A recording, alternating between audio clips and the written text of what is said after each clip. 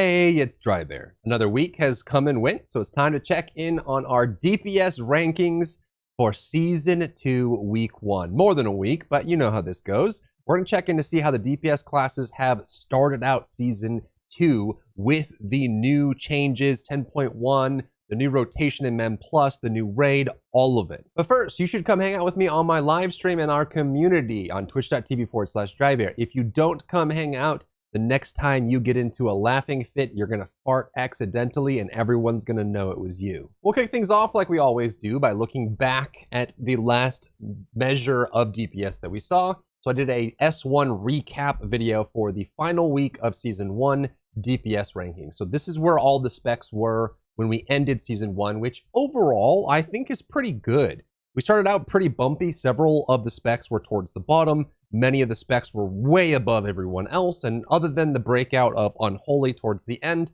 I would say that this is actually a very balanced and stable set for all the specs. Now, keep in mind, at the end of a season, you expect people to be at a optimal eye level. You expect them all to have their 4-set bonus if they're parsing at a high percentile. So we're showing this data here. So this is where everything ended up at the end of Season 1. Going into Season 2, we know it's a new rotation of M+, so the Mythic Plus scores are going to be different. It's a brand new raid with different encounters and different requirements. Everyone's going to get reset, and almost no one, unless you got super lucky, is going to be benefiting from their set bonuses. So going into Week 1, Season 2, things are going to be pretty crazy. And boom, here we are, DPS rankings, Season 2, Week 1. And oh my god, there's some crazy things going on here. Remember, this is all pulled from Warcraft logs, so real parses of players. It is using the 95th percentile measurement for DPS output and then point scoring for Mythic Plus.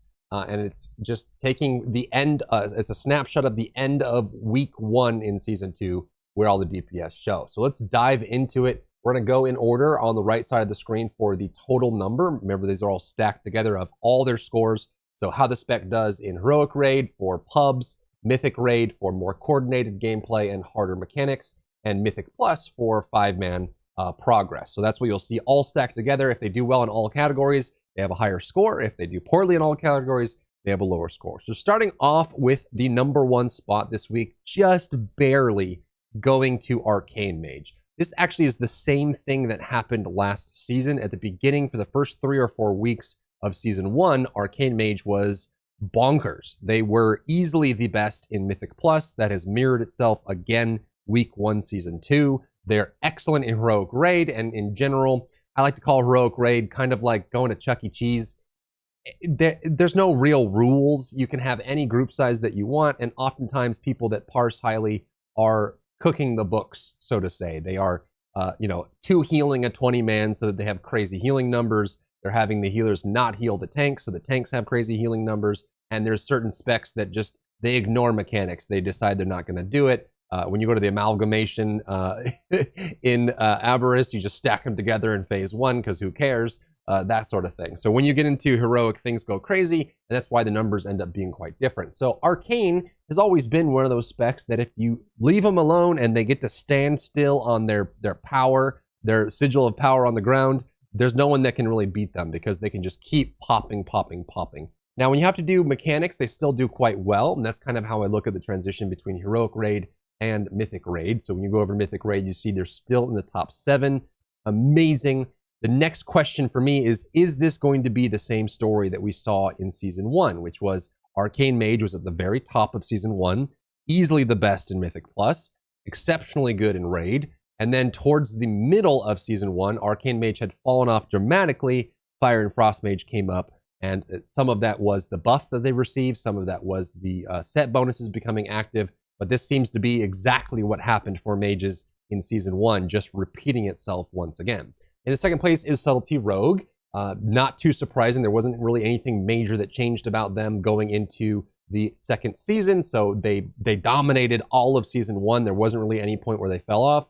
You would expect them to have the same performance going into Season 2. And they're easily one of the best, if not the best, class that you can bring with you into a Mythic Plus because they have Shroud, which allows you to skip mob packs, which is incredibly good. Their single target is great. Their AoE is great. They have nice saps and CCs and distracts. They have tons of things in their toolkit.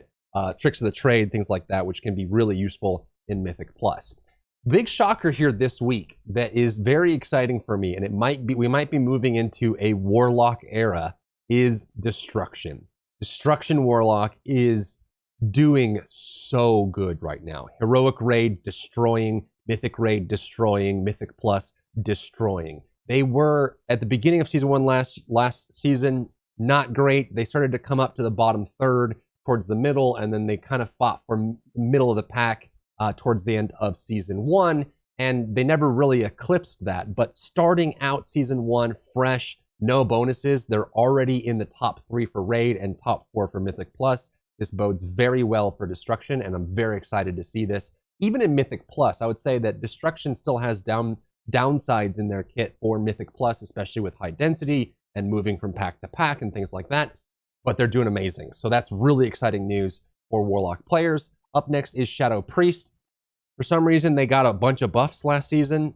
They didn't really receive anything that would diminish that in any way, so they're still doing amazing. I actually love the current iteration of Shadow Priest. I think it's the best iteration since Legion, when we had crazy Surrender to Madness nonsense going on left and right. So I think Shadow is in an excellent spot. Their damage numbers support that. They still have Massive Spell, which is quite useful in several of the encounters in Aberrus, as well as many of the dungeons that we have in Season 2.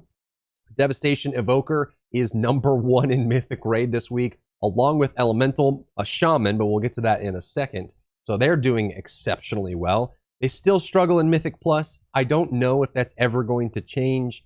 I mean, you would think if they can top parse in Mythic Raid and top parse in Heroic Raid, why are they doing in the bottom third for Mythic Plus? And for me, I think it's just lack of cooldowns. I think all of their cooldowns are pretty long. They rely on those cooldowns to do nice, big, consistent damage. And the pace in Mythic Plus, especially this season, where I would argue Season 2 Mythic Plus is one of the harder seasons we've had in a long time. A lot of the dungeons are difficult. They're very demanding for every role, and Devastation just doesn't really have a lot of tools.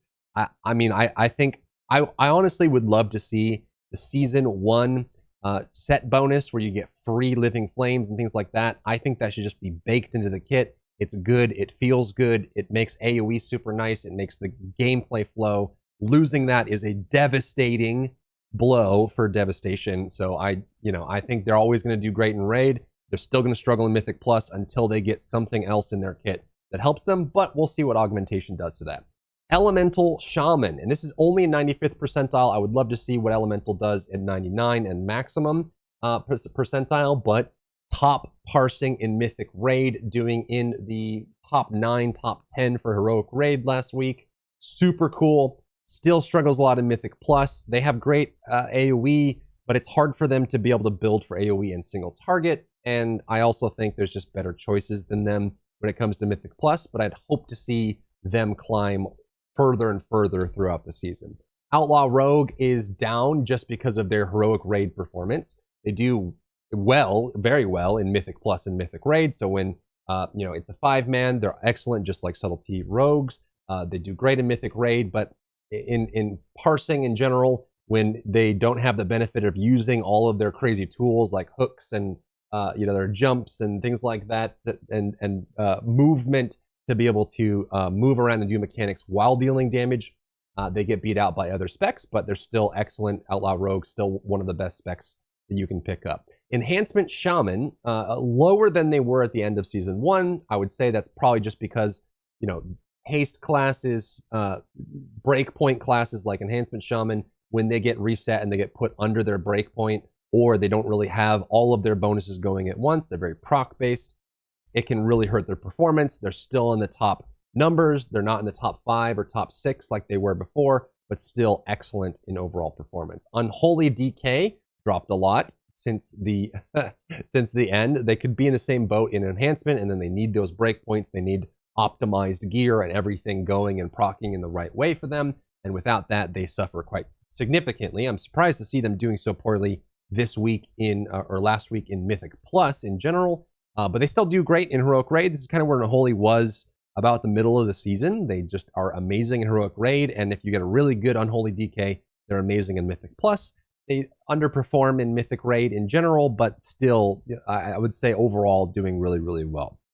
Balance Druid is still one. Honestly, I think the best spec setup for DPS in Mythic Plus is still Balance Druid, Subtlety Rogue, Arcane Mage, or a swap for another mage that you would want to put in there as well. Maybe even an Enhancement Shaman in the place of the mage in general, but Balance Druid is so good. They're built for Mythic Plus, which is awesome.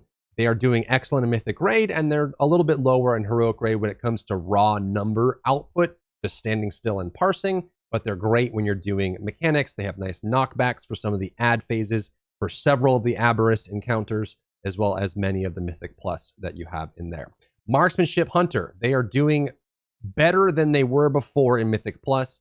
They're in the top 6 for Heroic Raid. All that bodes well. I'm happy to finally see Marksmanship kind of towards the topper echelon of Mythic Plus. That's where they belong. They've always been very good at Mythic Plus. I think some of the weird changes they got last season hurt them, but in general, doing quite well. A little bit lower in Mythic Raid, but that could just be something that they'll grow on over time as they move forward. Ret Paladin, overall, about average. For week 1, from melee spec that is very bursty, not having all the tools that they need, no set bonus, nothing, doing about average or a little above average is great. That's a good spot for them to be to start the season. You wouldn't expect them to beat out, some specs that do better just right out of the gate. I would expect them to continue to climb, specifically in Mythic Raid, where I think they perform the best. And they're off the floor of Mythic Plus, where they struggled a lot before. I think the rework that they got over the last 2 major patches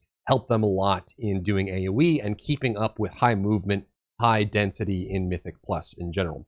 Windwalker, lower than I would expect here. They're still doing great in Mythic Raid and Mythic Plus.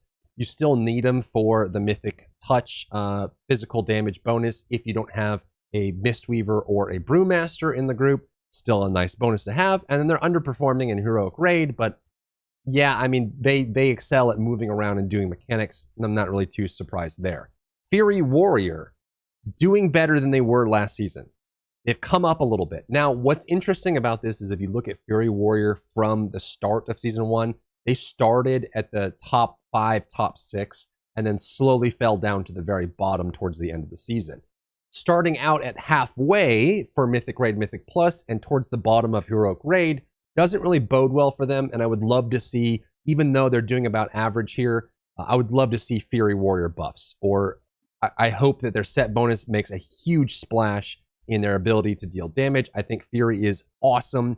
They're missing something, and I don't, in general, I would expect them to be higher than they are right now at the start of the season, and as they hit breakpoints and get their set bonuses, maybe even slightly fall down as some classes keep up. But I don't know. I feel like that for where they are, Fury should be higher. Feral Druid, actually a little bit lower than before. I would say that Feral's in that same boat as Enhancement Shaman, as Windwalker, as Unholy DK, where you wouldn't really think that they would be doing good right out of the gate. But they're doing about average in Mythic Raid and Heroic Raid, and a little bit less than average in Mythic Plus. That could just be that there's high pressure to roll Balance Druid just to get the AoE silence and all the toolkits that Balance has, plus range damage and insane AoE. So if you're playing Feral, people sometimes just look at you as if you're like a missed opportunity to be balanced. Like you're like almost like you're the cost. Like you could be a Balanced Druid, but you're not. You're a stupid cat, and they're mad about it. So I feel like that's kind of where they're at. I think Feral's probably on the boat or on the docket to get a nice buff as well. Demonology Warlock, about average in Raid, below average in Mythic Plus. Not where you'd expect them to be, especially after the changes they received in the last patch. They probably are not on the docket to get a buff. I think they can probably grow into the role they're in right now. And obviously they don't want to do anything that makes destruction any better than it already is. But yeah, I think they probably do have some room to grow and some optimizations from where things are. Havoc Demon Hunter, lower than I would expect. Now it is week 1. We'll probably see a lot of shift ups here. We see that Havoc is still doing good in Mythic Plus, but them being in the bottom third or bottom quarter for Raid in both categories is concerning to me. I think Havoc Demon Hunter is one of the ones that I would expect to always be in the top half at all times. They're built for it. Their kit is made for it. Damage is what they do. damage is what they bring to the table. And if they're not doing damage, you may as well just have another demon, someone else. I mean, they do darkness, and that's about it. I don't know. I feel like they're kind of lower where I would expect, but I hope to see them grow as we go through the next weeks. Arms Warrior doing good in Heroic Raid and pretty poor in Mythic Raid and Mythic Plus. Just like Fury, I would expect them to receive some buffs soon, hopefully. I think Warriors should be a little bit higher, actually a lot higher than where they are right now. Frost Mage is underneath Arms in the overall scoring here, and Fire Mage isn't too far off from that as well. I'm curious as to why all the changes that were made for them in the last 2 major content updates aren't really showing signs here in week 1. I'm hoping that this, again, they start to grow upward toward the top and they start to come back from that, because they definitely, I think their kit's in a good spot now. I wouldn't say they would need kit changes. If anything, they would just need, we'll see once the set bonuses come active, and then maybe they just need some tuning. But I'm shocked to see them a little bit lower than what I would expect. Assassination Rogue, I don't know. I don't know what to tell you. I feel like they should have gotten more buffs. I feel like they still deserve more buffs. Assassination is being beat by Outlaw and Subtlety in Heroic Raid last week, and Assassination is like Arcane Mage. They're just the kings of Heroic Raid.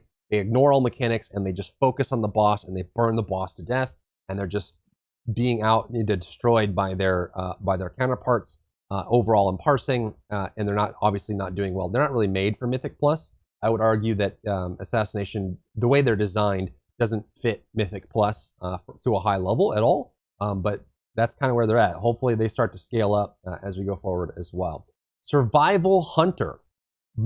If you look at the very bottom here at this little bracket, at the very bottom of the chart, there's a problem. Generally, like the way you look at distributions like these, you would want it to be very smooth, right? You don't want these jagged things. Like we see a jagged line here after Havoc to Arms. We see a jagged line here from Destruction to Shadow. And then we see this just filthy, disgusting jut from Survival down to Beast Mastery, Affliction, and Frost Decay. I would argue that this is a very, very concerning situation. There's always going to be good classes and bad classes. Some classes are going to perform better than others, and that's why I like to stack all of these together, just so you can see on average across all PvE content how the classes are doing. And generally getting a smooth curve like this, I think, is good. I would say in general, most of the classes are in a great spot, but Beast Mastery Hunter, Affliction Warlock, and Frost Decay are in a very, very concerning situation. Their overall performance in Mythic Plus is abysmal, specifically Affliction Warlock and Frost Decay. And then in Raid, I would say Frost Decay still struggling, Beast Mastery still struggling, Affliction still struggling. I think Affliction still needs more. They're probably due for maybe even a new ability or something more to their tree. I don't think that the changes that really benefited Demonology and Destruction really struck home with Affliction, and they still struggle. Even though they have some snapshot abilities, they still struggle with changing targets and re-ramping and moving around. And this season, between Abyss and the new dungeons, there's plenty of that going on. So that's where we're at for season 2, week 1. I'm actually super excited. I'm really stoked to see Elemental being higher, Destruction Warlock being higher. I really like the fact that Retribution is in a very stable state. They were suffering for so long, and they're finally in a point where like they're just good now. They're reliable, and they're only going to get better with time. Quite concerning, Beast Mastery, Affliction, Frost Decay, and as well as Havoc and Arms Fury. I would like to see some changes there, and then Feral as well. But we'll see kind of how things come together towards the next week and the week after. And then as people start to get through multiple vaults, get their gear up, get their set bonuses active, and start figuring out the new content, we'll see kind of where those numbers are at. But let me know what you think. Let me know what surprised you or shocked you about this. Leave your comments down below. If you enjoyed yourself today, leave a like down below. You can support me and my work on Patreon and view Patreon exclusive content, link in the description. Thank you so much for tuning in, and I'll see you in the next one.